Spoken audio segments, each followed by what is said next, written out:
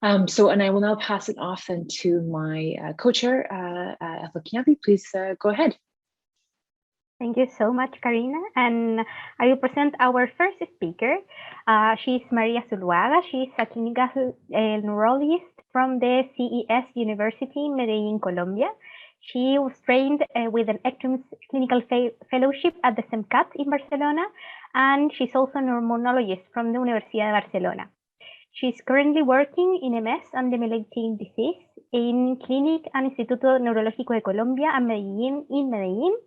And she will present her work in PLEX as first-line treatment in NMOSD attacks.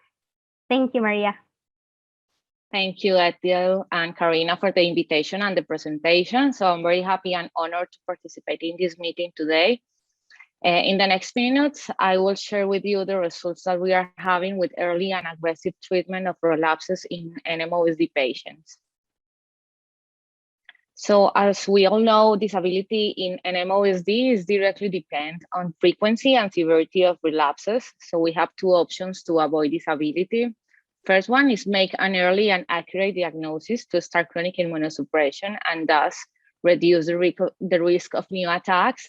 And the second chance that we have is to treat attacks early and aggressively. Attacks are usually treated with high dose of intravenous methylprednisolone, and in case of failure, plasma exchange is used as a rescue therapy. Nevertheless, this approach is deficient since most of our patients accumulate disability after each attack, and that could be reduced with the optimization of the relapse treatment.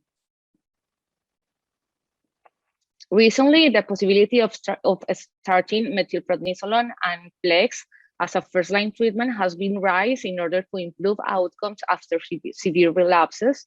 And the aim of our study was to evaluate if early initiation of methylprednisolone and plasmapheresis was associated with better outcomes after a relapse. We included patients older than 18 years diagnosed with NMOSD defined by the 2015 criteria, who presented with acute exacerbation defined as a new or worsening symptom attributable to a new T2 lesion or a contrast-enhancing T1 lesion in the MRI during the acute relapse. We divided our cohort in 3 groups, depending on the acute treatment that were, and then DSS was assessed at 6 months. The first group were patients treated with methylprednisolone alone during 5 to 7 days. The second group started methylprednisolone and PLEX at the same day or the day after. And the third group had methylprednisolone for 5 to 7 days, and after that, PLEX was used as a rescue therapy. Complete improvement in EDSS at 6 months after the acute treatment was our primary endpoint. A total of 119 attacks in 78 patients were included. Most of our patients were women with IgG for aquaporin 4 positivity. The basal EDSS score was higher in the groups that had PLEX as acute treatment. The majority of our patients, nearly 50%, presented as myelitis, followed by optic neuritis, and the most common chronic treatment in this cohort was rituximab in 41% of the patients. The time from admission to treatment initiation was longer in the PLEX group compared to methylprednisolone group, 5 days versus 2 days. So we achieved our primary endpoint in 45% of the patients that received methylprednisolone, 26% in the group of PLEX and methylprednisolone as first-time treatment, and 42% in the group that initiated treatment with methylprednisolone and then had PLEX as rescue therapy. In the univariate analysis, the basal EDSS score, the positivity for IgG aquaporin 4 and PLEX as a first-line treatment, and the total attacks history were independently associated with complete improvement of the EDSS at 6 months. After adjusting for confounding variables and using a multivariate analysis by Cox regression, IgG aquaporin 4 positivity and PLEX as first-line treatment were independent factors associated to the time to complete improvement. The probability of achieving a primary outcome started to decrease to less than 60% when PLEX was initiated at day 7 from the admission to the clinic. The most prevalent complications that we have associated to PLEX were low fibrinogen and anemia, and in the methylprednisolone group, infection in 11 patients were the most frequent adverse events. So with these results, we can conclude that early and aggressive treatment with methylprednisolone and PLEX as the first line in NMOSD attacks improve the probability of better outcomes and have a very good safety profile for NMOSD patients. Thank you very much for your attention and for inviting me to this meeting. Thank you so much, Maria. We will wait for a few questions, but I want to start with one question. What do you think about the aquaporin 4 seropositivity in this trial as a protective factor? What do you think about the pathophysiology of the cohort? What can you comment on that? We can see that as a protective factor. I will say that we are more aggressive when we are treating seropositive patients, because we don't have yet the resources to make anti-MOG. So when we don't know the serostatus, maybe we start with methylprednisolone and we manage the patients in a conservative way. But when we know seropositivity, we are very aggressive because we know the bad outcomes and the complications that we have after and disability that we have after each attack. Mm-hmm. Thank you. I don't know if we have any more questions in the chat. Yes. Yeah, I raised my hand. I wanted to, sorry, I can't type much right now, so I just raised my hand. I may have missed that. Did you kind of adjust for the age of the patients, or in your multivariate analysis, or was age or sex, for example, not included in the adjusted analysis? We didn't include age or sex because we didn't find that difference in those variables when we performed the first analysis. And most of our patients were women, almost 90 or a little bit more %. And I think age was around 45 years. We didn't have a lot of dispersion, so we didn't adjust for that variables. Okay, because in some if you take MS, for example, age is one of the contributors to recovery, regardless of whether you treat relapses or not. So that's why I would have assumed that maybe age could also be a factor for NMO.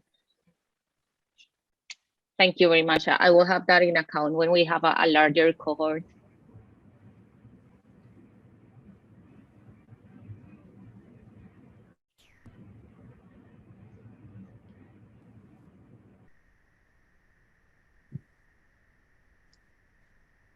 Great. Okay, so if there's no other questions, I guess we can go on to the second speaker for today. So I'll introduce Dr. Dalia Rotstein. Dr. Rotstein is from the University of Toronto and is an assistant professor there in the Department of Medicine. Dr. Rotstein also completed neurology residency at the U of T, where she was co-chief resident, and then went on to do an MS fellowship at the Brigham and Women's, I guess associated with Harvard University in Boston, where she also earned a master's of public health degree. Her focus for research right now is on epidemiology of MS and also in NMOSD. a particular interest in the roles of gender, ethnicity, migration, and vitamin D in these conditions. And so today she will be speaking on these topics. So Dr. Rotstein, please go ahead. Okay, thank you so much, Karina, and thank you for that kind introduction. And thank you all for tuning in today. So the title of my talk today is Comorbidities in Immigrants and Ethnically Diverse Persons with MS. Hope you can all see the slides there. So here are my disclosures. So this research in particular was sponsored by the MS Society of Canada and the CMSC. So we know that comorbidity is common at MS diagnosis as well as during the course of MS, and this has been reported in multiple studies. And some of the conditions that we often see in MS are depression and anxiety, migraines, epilepsy, vascular disease, autoimmune disease, and chronic lung disease. There are also some initial studies that have suggested that comorbidity may differentially affect special populations of people with MS. So for example, there was one study by Ruth Ann Neary and colleagues that suggested that vascular conditions were more often seen in men with MS compared to women. And we also know that comorbidity is more prevalent in those with later MS onset. Another interesting observation, which has been reported in multiple studies, is that comorbidity is associated with delayed MS diagnosis and also with earlier progression and worse long-term outcomes. And that kind of led us to ask whether comorbidity may also differentially affect immigrants and also different ethnic minorities with MS, and comorbidity might be associated with worse outcomes in those groups. So this is one study that was done in the United States that compared MS outcomes in different ethnic populations with MS. So they found that in a Hispanic and African American population, that multiple sclerosis severity scores were more severe compared to a Caucasian population. And this held true even when they controlled for age, gender, and insurance status. And here's some evidence from an earlier study that looked at African Americans in the NARCOMS database. And they found evidence that there were higher disability scores in the African Americans, and that was true across multiple different domains of disability. So the questions before us are really whether comorbidity at MS diagnosis and during the course of the disease might differ with immigrant status and also by ethnic background. And if this is true, perhaps comorbidity patterns could also explain some of the differences we observe in MS outcomes across these groups. So there were the studies that I just showed that we do observe earlier disability progression in Blacks and Hispanics in the US with MS. And some of my earlier work in the immigrant population in Canada showed that we observed higher mortality in immigrants in the year of MS diagnosis compared to non-immigrants. So we set out to study this question in Canada. So we compared prevalence of individual comorbidities in immigrants and long-term residents with MS at MS diagnosis in comparison to matched control populations without MS. So our geographic setting was Ontario, Canada. Ontario is the most populous province in Canada with a population of more than 13.5 million. And we also have a universal health insurance system, which allows us to study this question in a population-based manner in a comprehensive way using health administrative data. We also have a very large and diverse cohort of immigrants. It's a very multicultural region. And we have more than 2.5 million immigrants who have arrived to Ontario since 1985, which is as far as the electronic databases go back. So the comorbidities we evaluated in this study were COPD, diabetes, epilepsy, hyperlipidemia, inflammatory bowel disease or IBD, ischemic heart disease, migraine, mood and anxiety disorders, rheumatoid arthritis, and schizophrenia.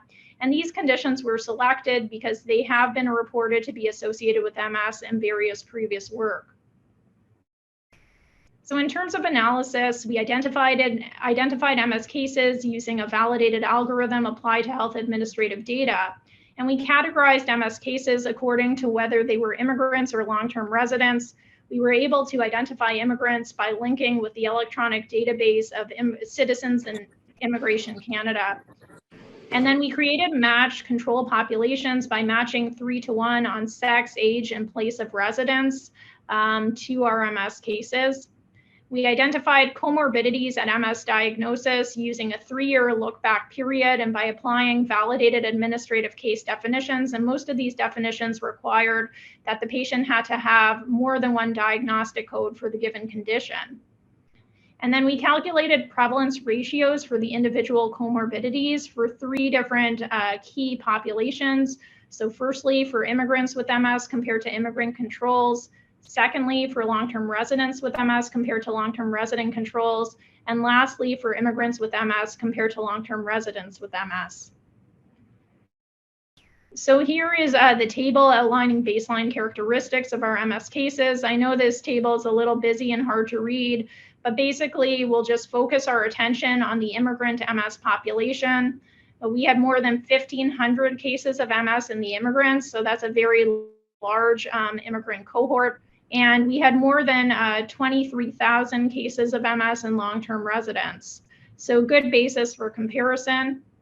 And we noticed some unique features of the immigrants who developed MS. They were more likely to hail from the Middle East, Europe, or the United States compared to other world regions. They were also more likely to live in higher income neighborhoods compared to immigrant controls. They tended to live in Ontario for longer durations of more than 15 years. And that's not surprising because we know that the Canadian environment is a particularly high-risk region for MS. And we also found that the immigrants who developed MS had a higher comorbidity burden at baseline compared to immigrant controls. So just moving on to our results, again, I know there are a lot of different data on this slide, but we'll focus in again on the immigrants. So the adjusted prevalence ratio represents the comparison of prevalence of different individual comorbid conditions in immigrants with MS compared to immigrant controls. And we did see significantly higher prevalence ratios in the immigrants who developed MS for COPD, diabetes, hypertension, ischemic heart disease, migraines, mood and anxiety disorders, and rheumatoid arthritis. And there was also a trend towards higher prevalence for the immigrants with MS of epilepsy, IBD, and schizophrenia.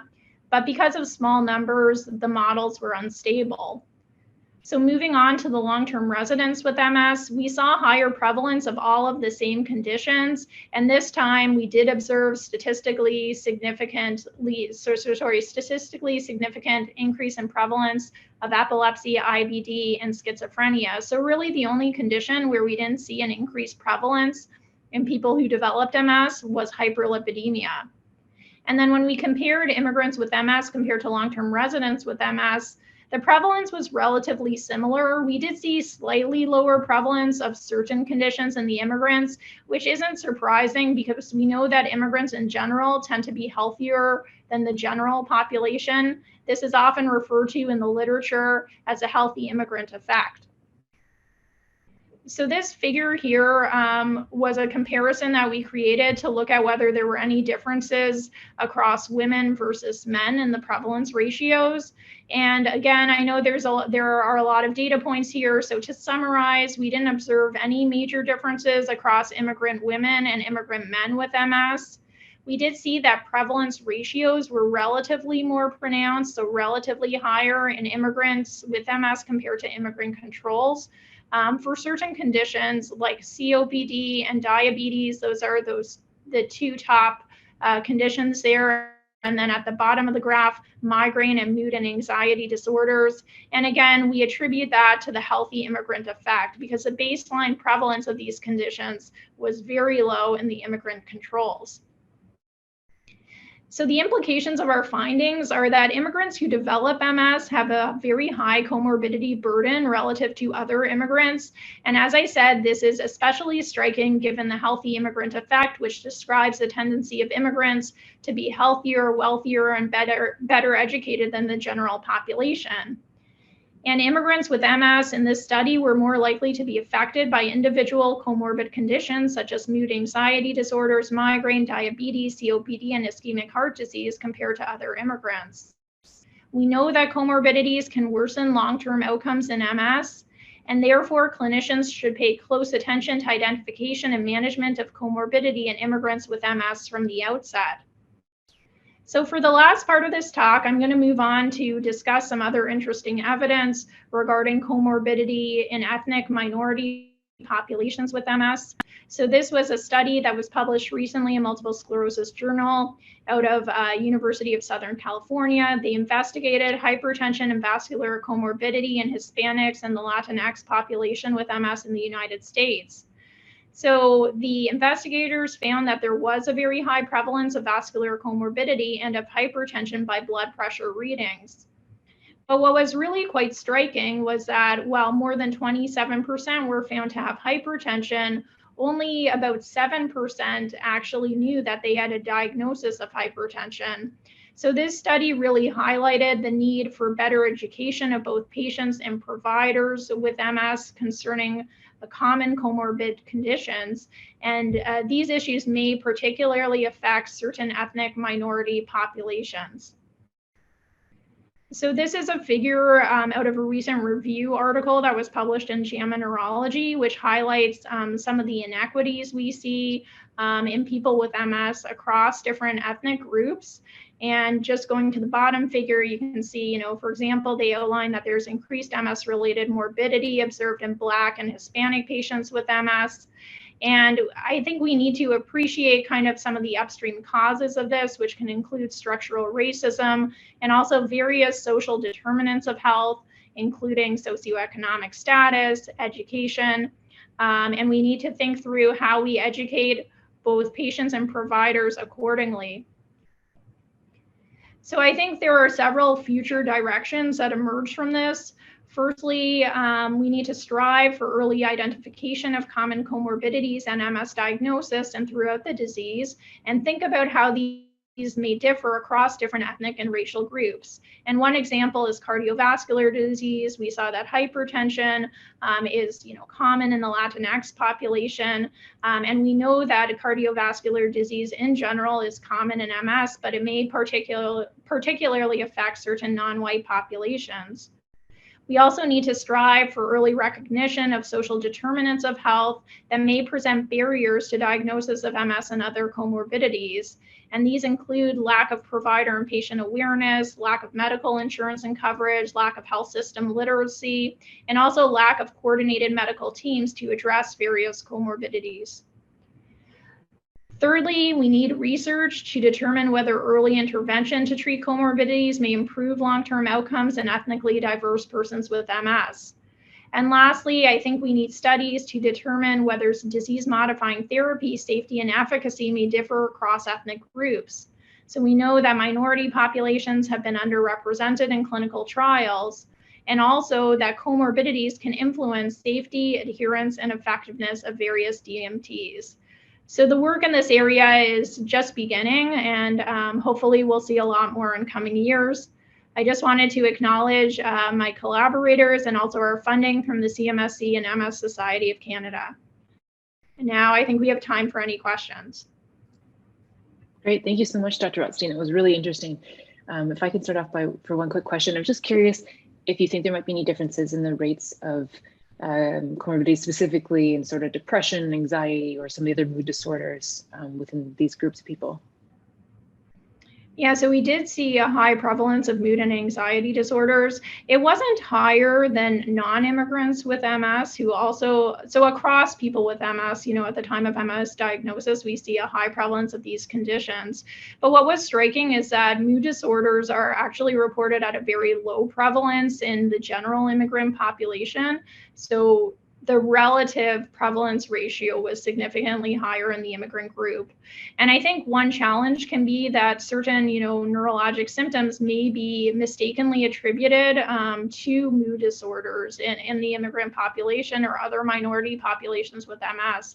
So we have to be alert to that as well. And of course, it's very common to see depression and MS together. Right, thank you so much. I see there's two hands up. Emmanuel, did you want to go ahead with the question, or I don't know if that was from the previous presenter? Sorry, Legacy hand up. Okay, go ahead. Okay, so Helen, did you want to go ahead? Sure, thanks, Dalia. That was really cool. Sorry, because I've been through the immigration process myself, I'm just curious, because we're struggling with this, how to deal with this as well. Obviously, well, I say obviously, for me at least, you arrive in Canada, and then for me, I then applied for residency in Canada. And for me, it was like at least a 3-year gap between the two. So could you follow people from the moment they arrived in Canada, or just from the moment they became a landed immigrant?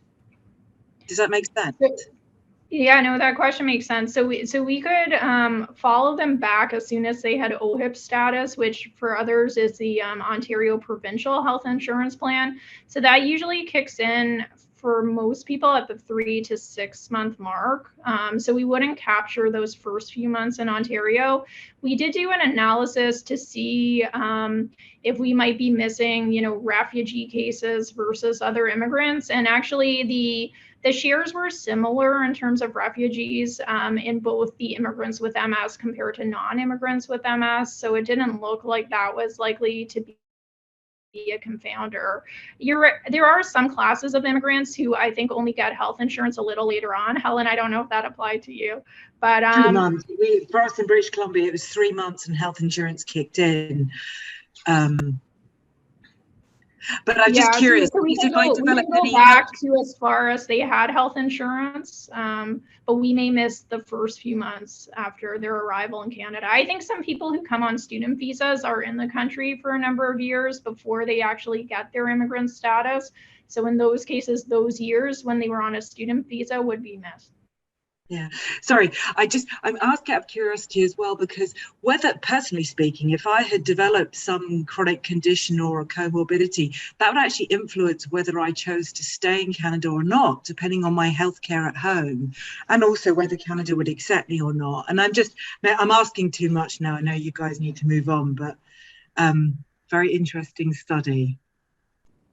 No, just to speak to that, I think you're right. If anything, there's a danger of underreporting of comorbidities, because I think there are some pressures on immigrants not to report. So the fact that we did see the comorbid conditions at such a high rate suggests that the baseline, kind of the underlying prevalence, is probably even higher than we were able to capture.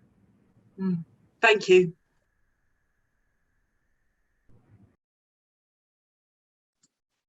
Great, thank you so much.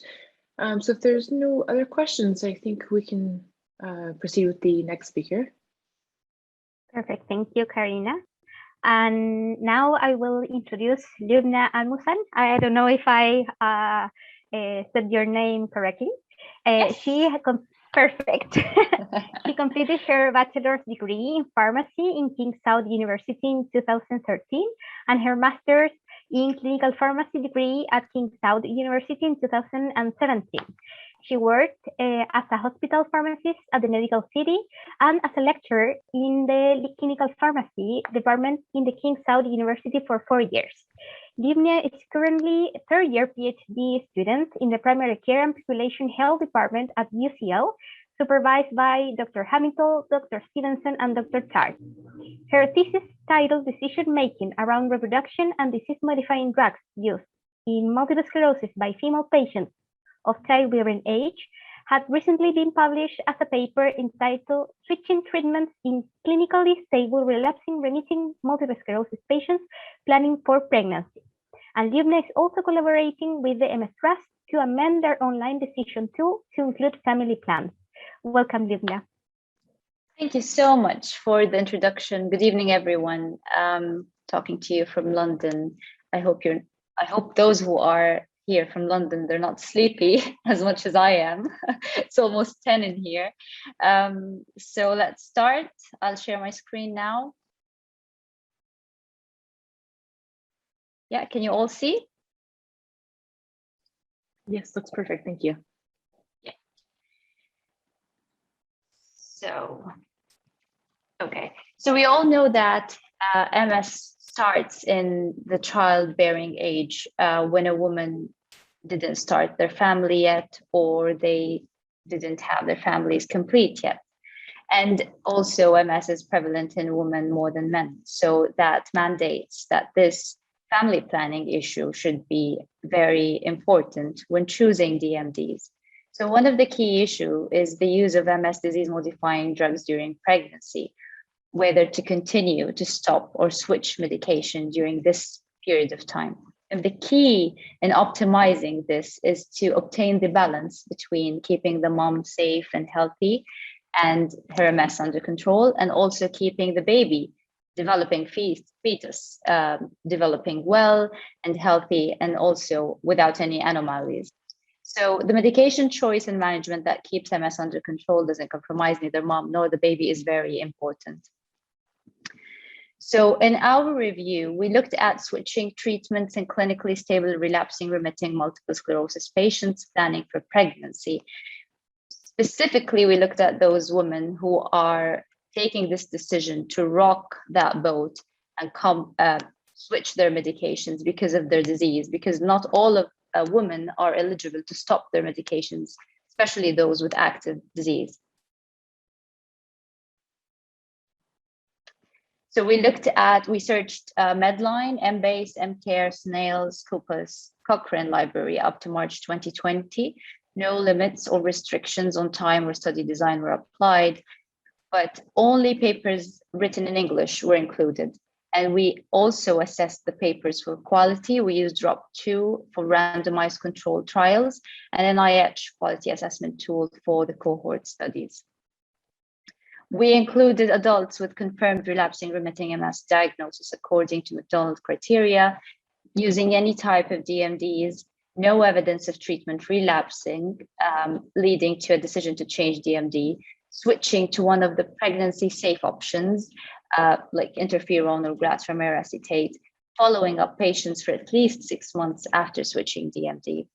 We excluded reviews, editorial, book chapters, replies, conference abstracts that we couldn't find the full texts for them, studies looking at progressive disease, isolated syndrome, or did not mention the specific type of MS, studies in patients who only switched due to unclear reason, or they switched due treatment failure, or they switched to many reasons and they did not perform subgroup analysis.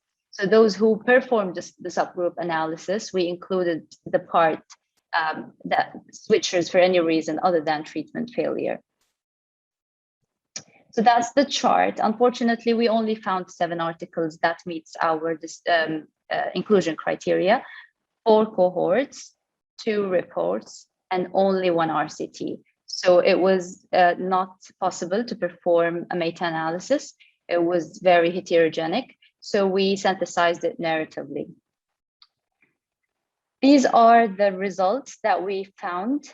These are the main switching strategies that we found. The first one was de-escalation. So they switched from natalizumab to glatiramer acetate. Recurrence of disease activity was reported, no iris, no rebound. The other one was bridging strategy, which is switching from natalizumab to methylprednisolone, then glatiramer acetate. So we're bridging with methylprednisolone in the middle. It's 1 cohort. They reported disease recurrence, no iris, but the problem was that the follow-up was very short. It was 6 months from stopping natalizumab, and 3 months of methylprednisolone, then another 3 months of glatiramer acetate. The third one was natalizumab to interferon, so de-escalation again. It was an RCT. Disease recurrence happened, but it was mild, no iris. The last strategy was switching from interferon to glatiramer. So this is switching between injectables, and we all know that both of them are safe for pregnant women to continue. So it's not of a big importance in our context. So to conclude that, evidence on switching strategy effect on disease course is stable relapsing remitting MS patients is scarce. Available data confirms that risk of relapse when switching depends on the headline efficacy. So if we are de-escalating, we'll have to, we know that we're taking a risk that this woman could relapse, especially if she is not falling pregnant very quickly.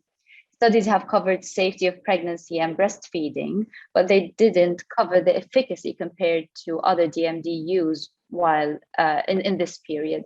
So this is an important pillar also to look at in the medication management in pregnancy with MS. So the current ongoing projects are projects to complement this work.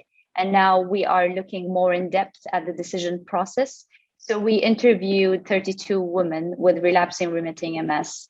These interviews were conducted remotely through Microsoft Teams due to the pandemic. Transcripts were also generated by Microsoft Stream, manually checked for accuracy and thematically analyzed. These are interviews in depth to know more about the process itself, what helped in the process, what challenges they faced during this process. So these interviews demonstrated high variability in the process from person to person and from area to area in the UK, and lots of complexity in the process depending on lots of factors. Some of them are MS related and others which are not MS related. So these are the key themes that women talked about, that they arise during the decision process. So firstly, it's the knowledge they have about pregnancy, postpartum, their disease modifying drugs, safety, and all these knowledge were retrieved from their own experience. For instance, if they already had first pregnancy and that's their second, and they had a relapse before, so they know that this is something that it can happen again. Also knowledge retrieved from healthcare providers, leaflets, online forums, websites like MS Trust, MS Society. So these are the charity websites. The second theme emerging was conversations. So in-depth conversation with partner, with family members, with other people with MS helped the woman a lot taking this decision. Mindset during decision was of utmost importance. Lots of women reported that they had to take the decision to choose a specific medication when they were still in denial, or they were overwhelmed and fatigued because they are new moms. So they took a decision, for instance, not to have another baby and to go for a medication that is not safe for other pregnancies. And then they changed their minds and felt a lot of regret. So the mindset during decision is very important. Lastly, the genuine desire of a woman to become a mother is very important. So whether she wants to become a mother, whether she's a childless by choice or childless by circumstances, is something that will help both the woman with MS and her healthcare provider to make a decision that is well informed and confident, let's say. So the other aspect we're looking at is the same process, but from the healthcare provider point of view. So we are interviewing now healthcare providers supporting MS patients during this process, consultants, MS nurses, and MS pharmacists to know more about the process, how standardized it is, what are the services available for these women. Lastly is the decision aid amendment that we talked about earlier. So the MS Trust website, they have a digital online tool, and this tool should be helpful for all MS patients to choose their medications according to their preferences. So basically it's like a shopping interface with filters on the left. You can filter according to route of administration, for instance, and then it will filter all of the medications for you and give you only those oral, for instance. So what we were trying to do is to incorporate family planning in this decision aid. We proposed for that. The MS Trust approved that, but unfortunately, COVID hit and there's no enough funds. So this project didn't materialize till the moment. We also updated and reworded the pregnancy and conception content in the tool, since some of information like Copaxone safety is not updated. It still says that Copaxone is not recommended during pregnancy. And lastly, we during the interviews, we had think aloud sessions with the participants. So they used the tool and gave their insights, and what they think is useful for them, what they think is better to enhance. So these amendments also were proposed to the MS Trust. We hope that this project materializes soon. Thank you for your listening, and I'm ready for any questions you have. Thank you so much, Lubna. I think this is a very, very interesting topic. I think this is probably one of the most important questions in the first visit when we are diagnosing our female patients. And sometimes we do not have the time to address all of the questions of the patients. So it will be very, very interesting for us as caregivers to have like this tool. I'm not in the MS Trust, but I would love to have a tool to address all these questions of the patients. Do you think there will be some medication that would be like prohibited for patients desiring to become pregnant, or this should be discussed with the treating physicians according to the disease activity? Because we have, you know, the patient and the mother to be, yes, to be thinking about. Yeah. So from the interviews we had, most of the time the process goes that way. So they go to the session, they talk with their consultant, they give them some options, 1, 2, 3, and the patient go and read the leaflets and see which option is better for them. So they don't go and in some of the patients actually reported that they had all of the drugs to look at, but it's not the usual case. So usually they have certain things to look at. But again, not all of them were very well informed about pregnancy and breastfeeding. And again, the denial they have in the first stage when they receive the diagnosis, sometimes some of them will refuse medication, some of them will refuse having kids, and they will decide from themselves that they can't have kids, and they will not just discuss it.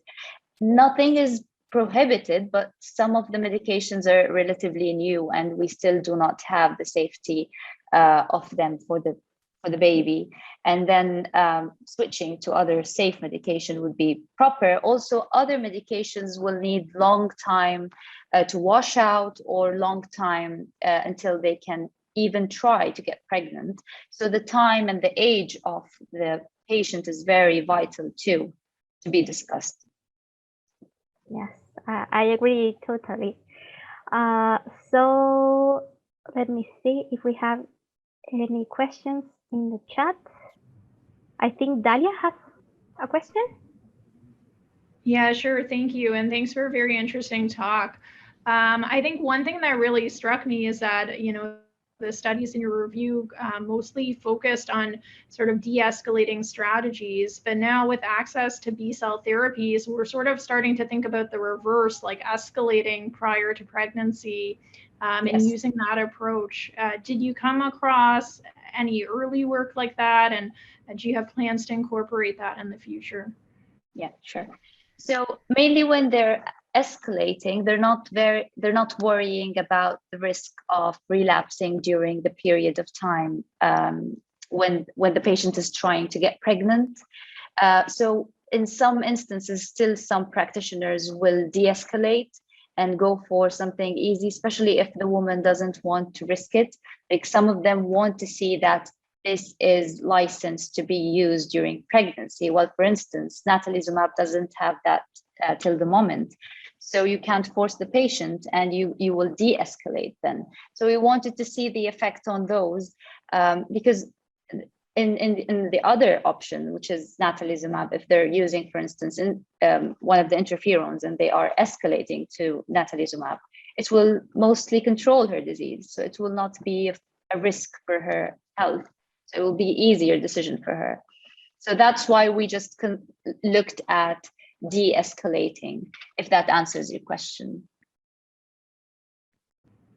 Yeah, no, I think it does. I think it's a challenging conversation, as you said. Like, I think with some of the mounting evidence, there's suggestion that it may be better to take a more aggressive approach kind of prior to pregnancy. But then, you know, some women, they're really focused on, you know, the family planning aspect. And as you said, it can be quite overwhelming. So it may be worth exploring like how to best broach those conversations.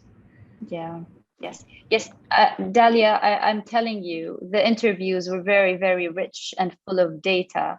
They are very complex, and you can imagine how hard it was to theme them, because it's very, very complex.